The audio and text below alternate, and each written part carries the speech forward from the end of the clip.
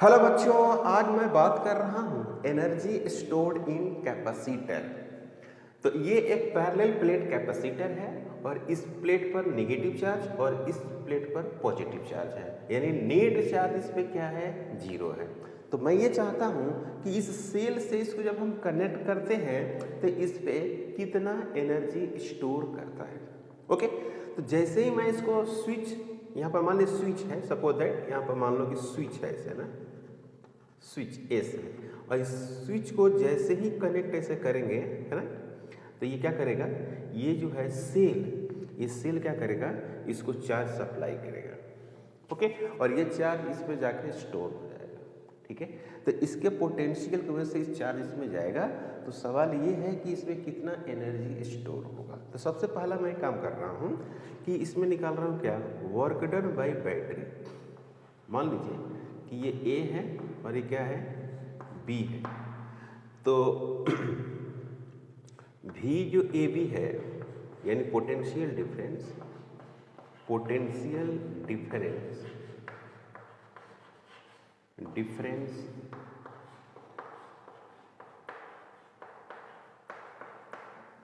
है ना, of battery, इस बैटरी के द्वारा जो है पोटेंशियल डिफरेंस वो हम माने हैं क्या, भी भी। तो work done by the battery क्या होगा, वर्क डन बाई बैटरी क्या लिखे हैं बच्चों, work done by the battery, इसका सिंबल देते हैं W और B। ये हो गया work done by the battery. तो work done by the battery is equal to Q into V A B, यानी W work done by the battery Q into V। ये काफ़ी इंपॉर्टेंट है ना, work done by the battery. ये आ गया। जो ये चार्ज सप्लाई कर रही है, जो ये चार्ज सप्लाई कर रही है, इसको हम लोग, है ना, इसके पोटेंशियल डिफरेंस से क्या करेंगे, मल्टीप्लाई करेंगे।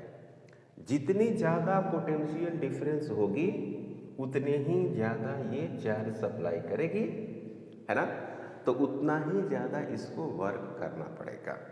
क्लियर है। अब बात करते हैं इसको, लिखते हैं कि नाउ DQ चार्ज, बहुत छोटा charge, DQ charge supply by battery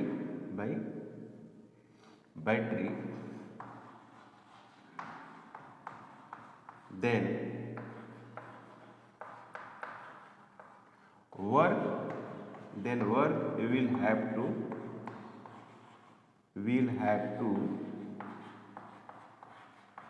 do, then work will have to do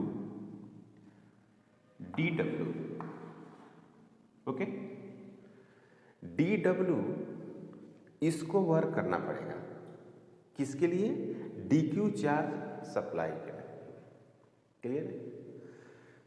तो ये DQ चार्ज सप्लाई कर रहा है और ये चार्ज किस में स्टोर हो रहा है, इसमें स्टोर हो रहा है। तो वर्क करेगा ये, स्टोर होगा इसमें, है ना। तो इसी के हेल्प से हम लोग इसमें कितना वर्क डन स्टोर होगा या कितनी एनर्जी स्टोर होगी, ये बात हमको कैलकुलेट करना है। क्लियर है। तो इसमें क्या लिखते हैं, आगे हम ऐसे लिख सकते हैं इसमें, this work done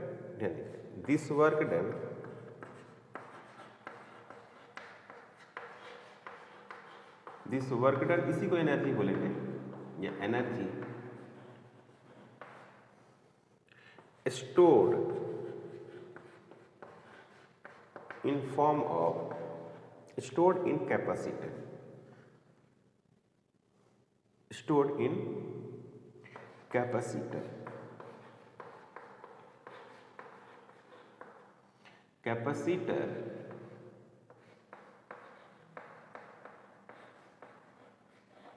capacitor is energy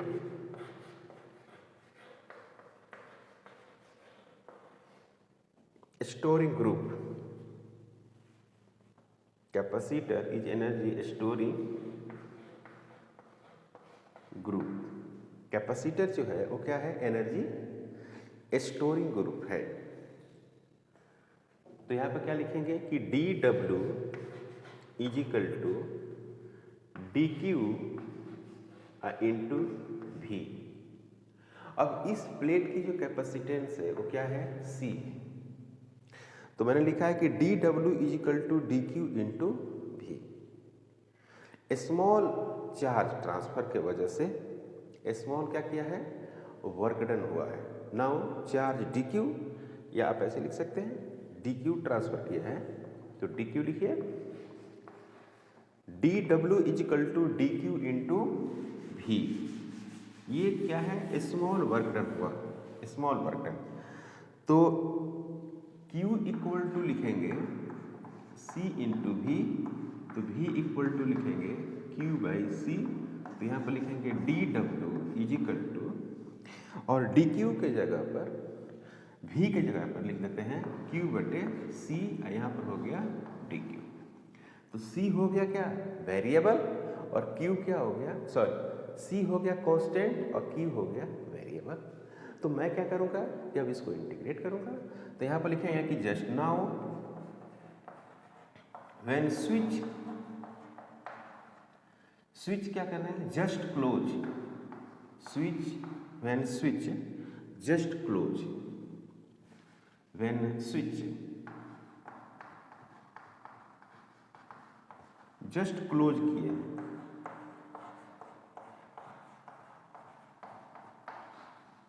just close, तो Q इनिशियल क्या हो गया 0 और W इनिशियल क्या हो गया 0। After some times, after some times, कुछ समय के बाद Q फाइनल, उस पर कितना हो गया Q हो गया, और W फाइनल कितना हो गया W हो गया, W final W।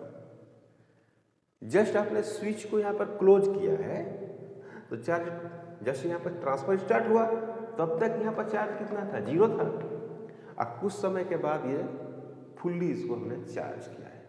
Fully charge तो होता नहीं है, फुल्ली चार्ज ये इन्फिनिटी पे जाके होता है, लेकिन जो भी है हमने चार्ज किया है इसको, क्लियर। तो अब यहाँ पर इंटीग्रेशन करेंगे वर्क डन निकालने के लिए। तो अगर हम बात करें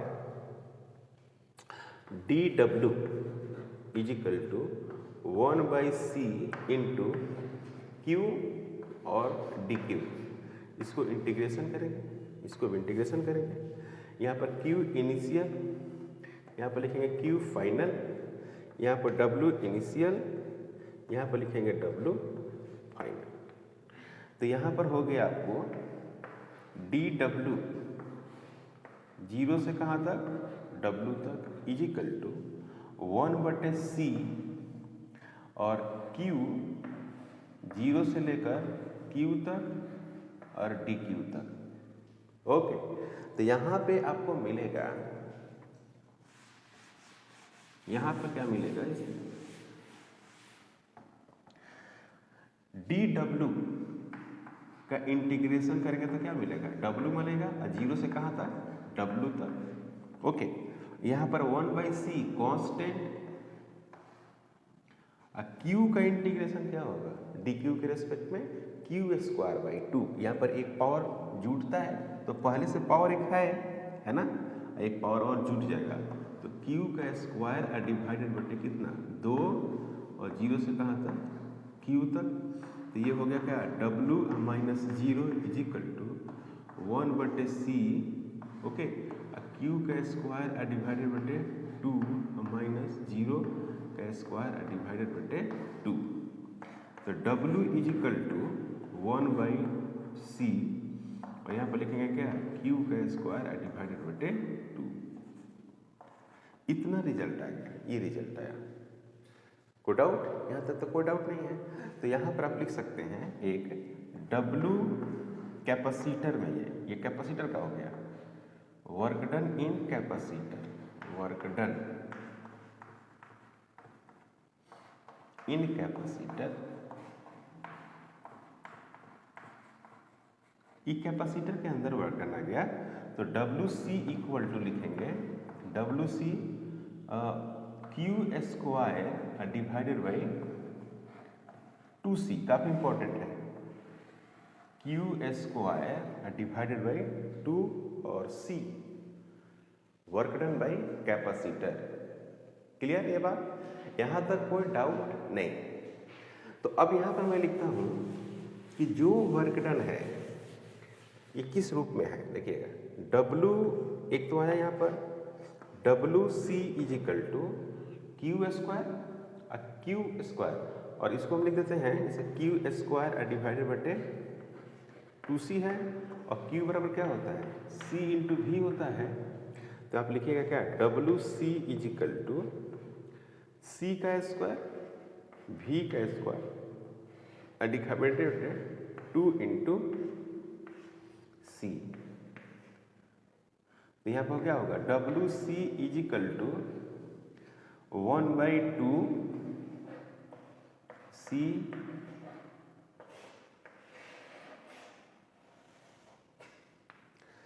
ये हो गया इस रूप में, ये भी फार्मूला है और ये भी फार्मूला है। तो Q स्क्वायर बाई 2C भी फार्मूला हो गया और 1/2 C भी स्क्वायर हो गया। ये कैसे WC यानी work done in capacitor Q square by 2C और Q का वैल्यू क्या कर दिया CV और इस CV को यहाँ पर मैंने पुट किया तो C स्क्वायर V स्क्वायर बटे 2C कर दिया तो WC is equal to 1/2 CV square. यहाँ तक कोई डाउट नहीं है। ओके, इसी को एक और फॉर्मेट में लिखते हैं और ये फॉर्मेट है Q और V वाला। तो यहाँ पर मैंने लिखा है कि Q इज इक्वल टू होता है C इंटू V होता है। ओके, अब यहाँ पर मैं पुट कर देता हूँ यहीं पे या यहाँ पर पुट कर देते हैं, यहाँ पर पुट करते हैं C is equal to Q divided बटे V। इस C को यहाँ पुट करते हैं तो W जो C है वो क्या है Q स्क्वायर है डिवाइडेड बटे 2 है और C के बदले लिखेंगे Q डिवाइडेड बटे V। इसको कैंसिल करेंगे तो मिलेगा WC इज इक्वल टू 1/2 और ऊपर हो जाएगा Q इंटू V। ये वाला रिजल्ट। अब इस रिजल्ट से जरा देखिए ये वाला रिजल्ट से, ये जो रिजल्ट आया है आपका वो इस तरह से आ गया WC is equal to 1/2 Q into V। तो पहले क्या रिजल्ट आया था, पहले जो आपको रिजल्ट मिला था work done by the battery, work done by the battery, देखिए work done by the battery ये मिला था Q इंटू V। ये था work done by the battery, आइए वर्क कैपेसिटर में तो वर्क डन द बैटरी क्या होगा Q इंटू V हो गया। इसका क्या होता है Q इंटू V डिवाइड बटे 2 यानी हाफ अमाउंट होता है। क्या होता है भाई हाफ अमाउंट। तो हाफ अमाउंट कहाँ चला गया, एनर्जी जो हो गया लॉस हो गया। हाफ अमाउंट जो है वो एनर्जी लॉस हो जाती है। तो यहाँ पर आप लिख सकते हैं जो कैपेसिटर है, कैपेसिटर वो क्या होगा Q इंटू V। इससे और इससे यहाँ पर पुट करते हैं तो क्या लिखेंगे WP डिवाइडेड बटे 2 यानी WC into 2 is equal to W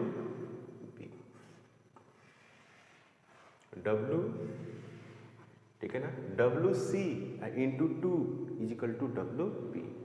तो वर्क डन जो बाय द बैटरी जो है 2 times work done store in capacitor हो जाएगा। तो now 50% work by the battery loss in metal wire in metal wire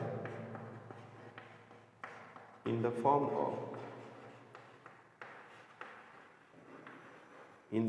of heat के form में loss हो जाएगा। समझ में? Now 50% work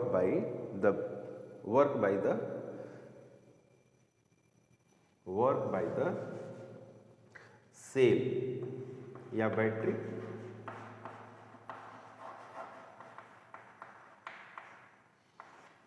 now 50% work by the cell या battery loss in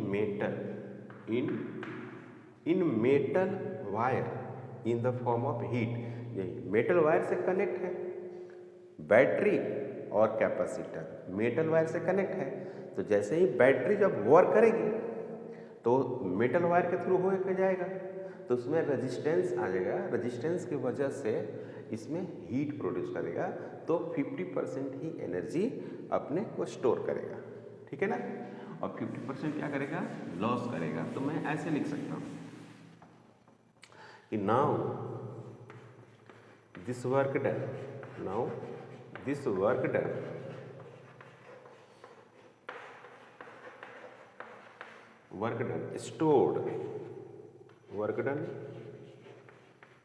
stored in the form of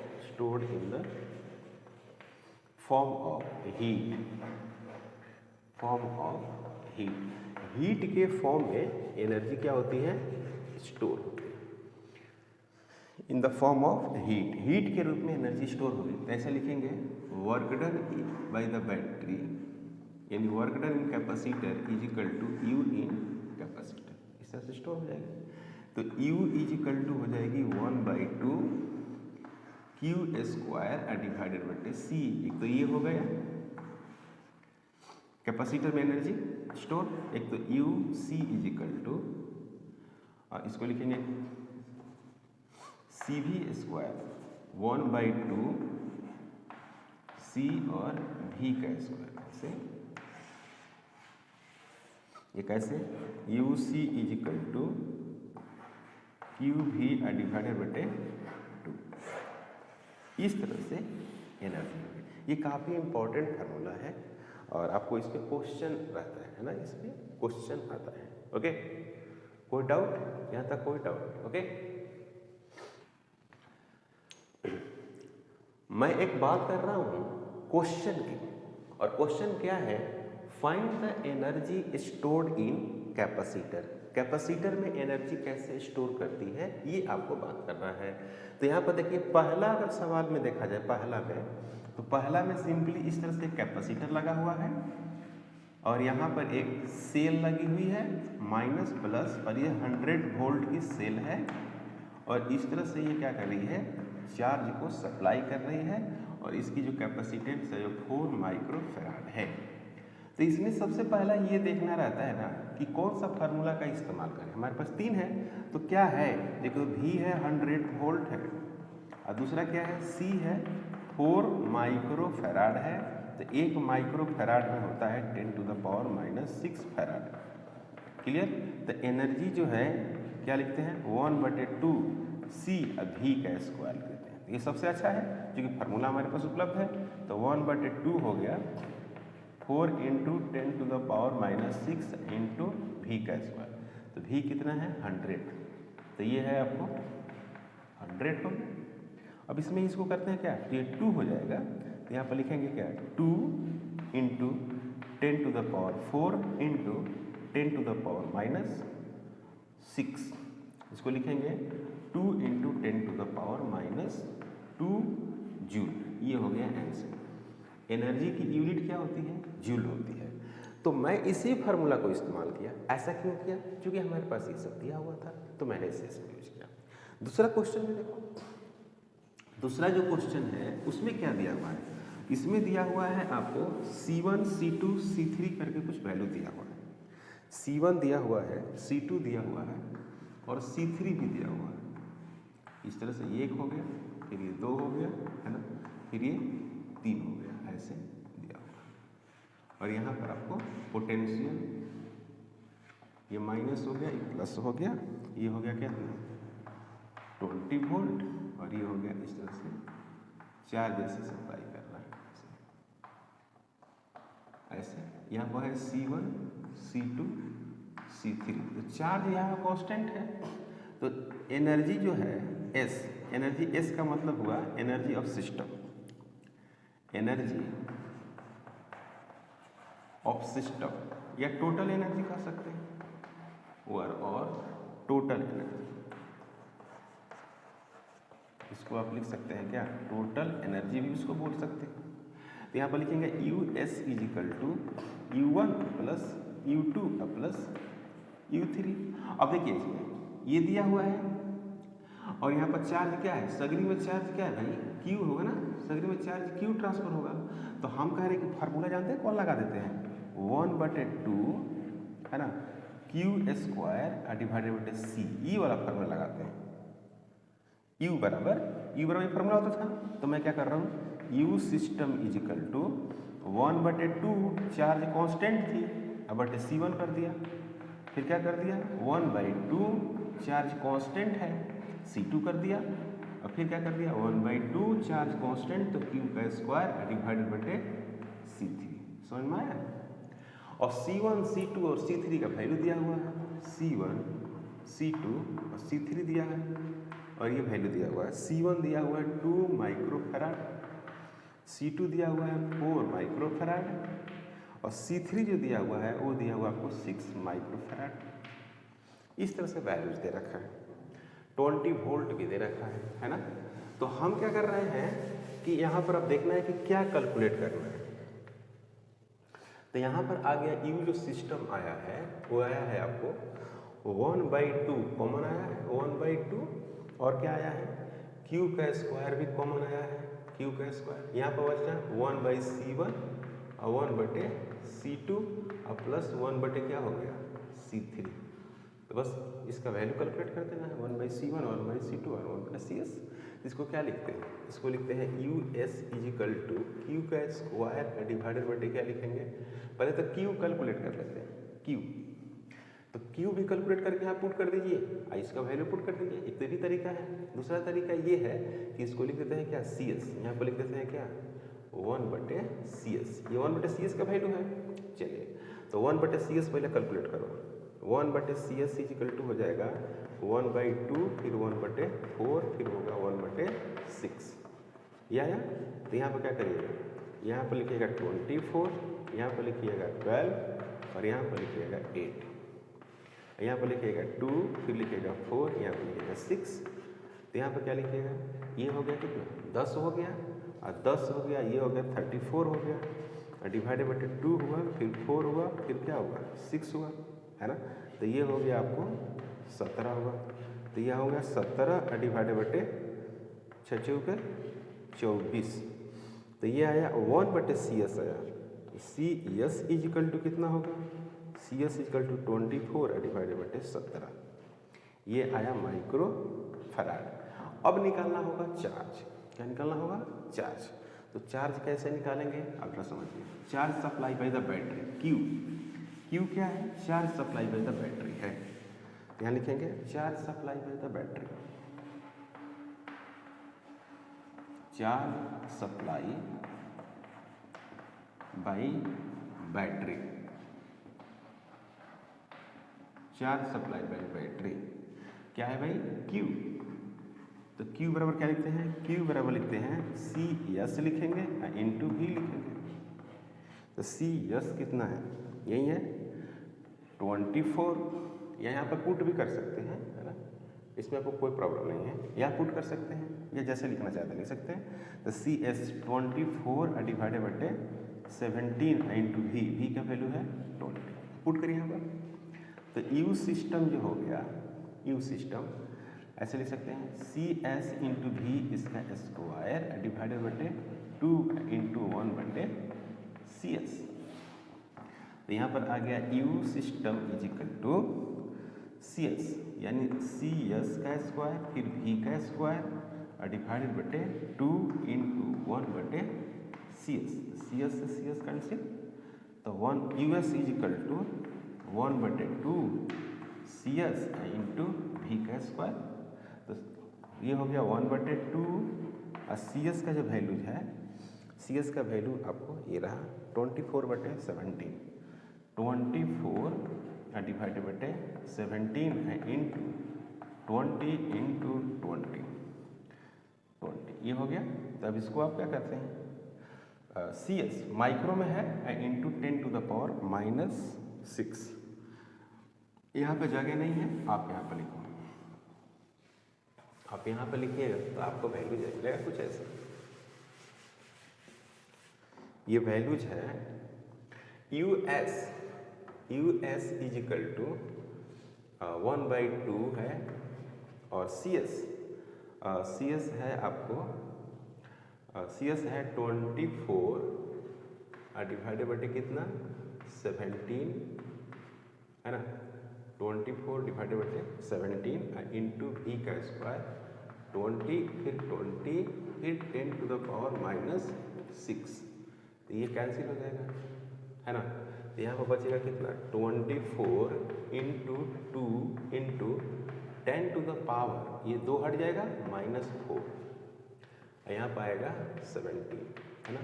तो ये हो जाएगा 48 divided by 17 into 10 to the power -4 है ना। तो इसी तरह से सोल्व करते हैं भाई। अगर अलग अलग भी निकाल कर जोड़ सकते हैं, है कि नहीं, क्योंकि ये किस में है भाई, सीरीज में है। तो सीरीज में है तो एनर्जी को डायरेक्ट क्या कर सकते हैं, ऐड कर सकते हैं।